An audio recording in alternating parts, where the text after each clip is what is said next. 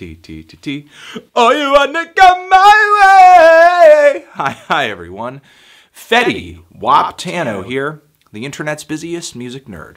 And it's time for a review of the new Ought album, Sun Coming Down. Ought is a post-punk and art punk band who, since they released their full-length debut on Constellation Records not too long ago, they just have not stopped making noise. They had the Once More With Feeling EP released shortly after that full-length album, and now, just like a year later, they are here with this sophomore full-length follow-up. I like their debut record a lot, but I had some reservations with it. I liked that it had a lot of energy, it seemed neurotic, on edge, kind of eccentric and jittery, but simultaneously the record also kind of felt like a bit of a junk pile of influences from the fringes of punk and experimental rock in the late 70s and the early 80s. It didn't really sound that distinct, kind of nondescript. However, it wouldn't be the first time a band sort of took a record or two to kind of come into their own and develop their own sound and style. It certainly sounded like Ought was well on their way to doing that. Wanted to give them the benefit of the doubt. They had tight performances on this record, some decent instrumentals, a good recording, and at least a pocket full of personality. And I also like that once again, we were getting a band that was putting abstract verbal imagery and lyrics at the forefront of their songs, even if they were drowning in their influences a little bit, like Wire and Talking Heads and Television, maybe Suicide and some Patti Smith. They remind me a bit of MX80 sound, like their old stuff in a way. The vocal delivery of Tim Beeler-Darcy certainly seems to be a selling point for Ought a lot of the time, and that's the case for this new record as well. They seem to be reaching higher points of weirdness than they were on the debut record, I think. And if you're looking for them, there are definitely lyrical highlights all over this record. Moments like, "This is the high point of civilization," or "Did you say there's a chance of bringing this whole fucker down?" And "That was meant for Miles, that was meant for Miles, that was meant for Miles. How's the family? How's the family? How's the family? How's the family?"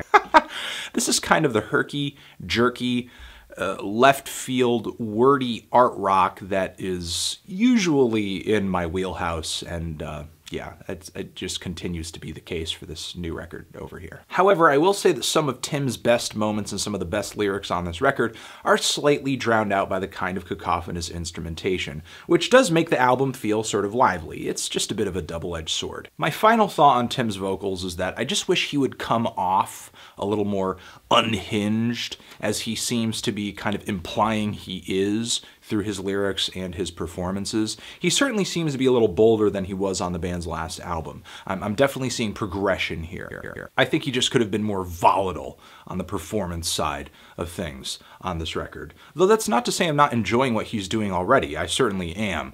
A lot of the time on this LP, Tim reads to me like a cyborg or like an alien who is trying to figure out human emotions. And strangely enough, on the song Passionate Turn, he comes off sort of passionate and emotional in his own weird way. And I love the way the guitars and the drums on this track sort of pace themselves very carefully to the tempo of his weird lyrical mannerisms. The music feels so fluid and so organic and so off the cuff, and it's just tiptoeing in step, just so perfectly in sync with what a lot of Tim is doing. They just feel so interlocked together. Once again, on this LP, just like with Ought's last album, a lot of the instrumentals here just feel like these fluid art rock and post-punky jams, with subtle little embellishments coming from the bass and the drums and the keyboards to just add a little bit of color as the band progresses along on a lot of these repetitive grooves. And one thing that's kind of refreshing about this LP is that there's some pretty awesome transitions in the midst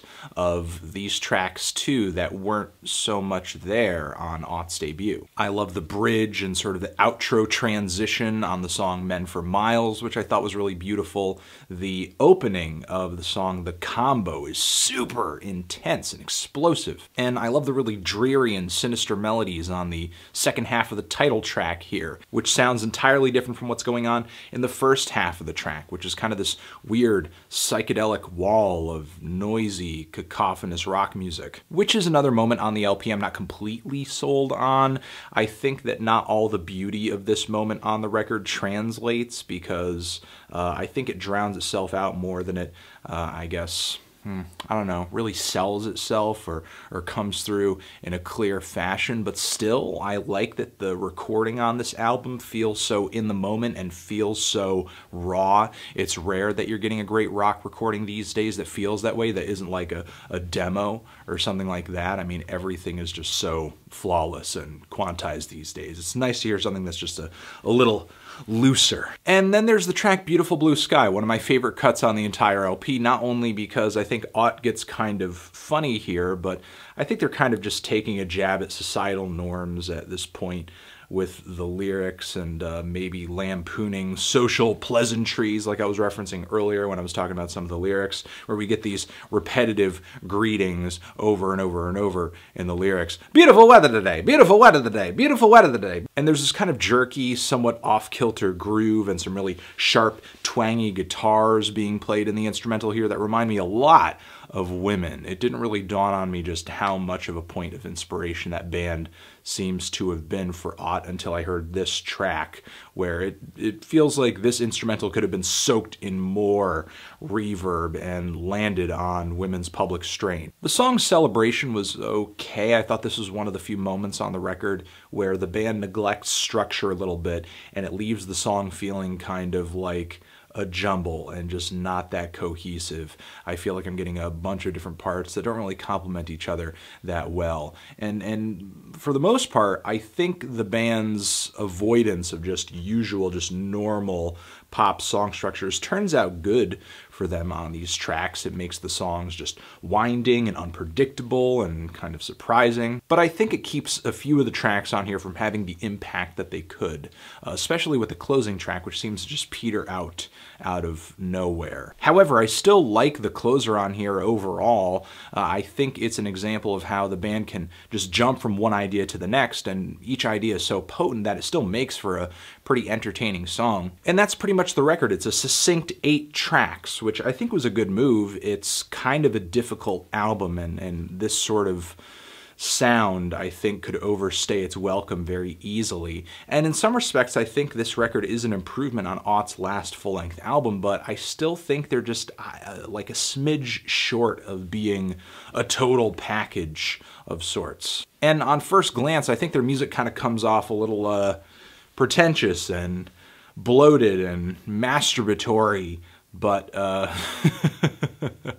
if you actually listen just beyond that, I think they have a lot to offer. I think the band does a great job of scratching that abstract itch while staying really visceral and exciting and kind of hard-hitting and funny on some of these tracks. It's some very intriguing poetry rock, and I think I will leave it at that.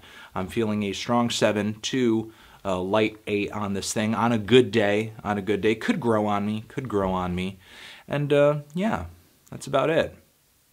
Transition. Have you given this record a listen? If you have, what did you think of it? Did you love it? Did you hate it? Why? What do you think I should review next? And that's it. Anthony Fantano, Ott, forever.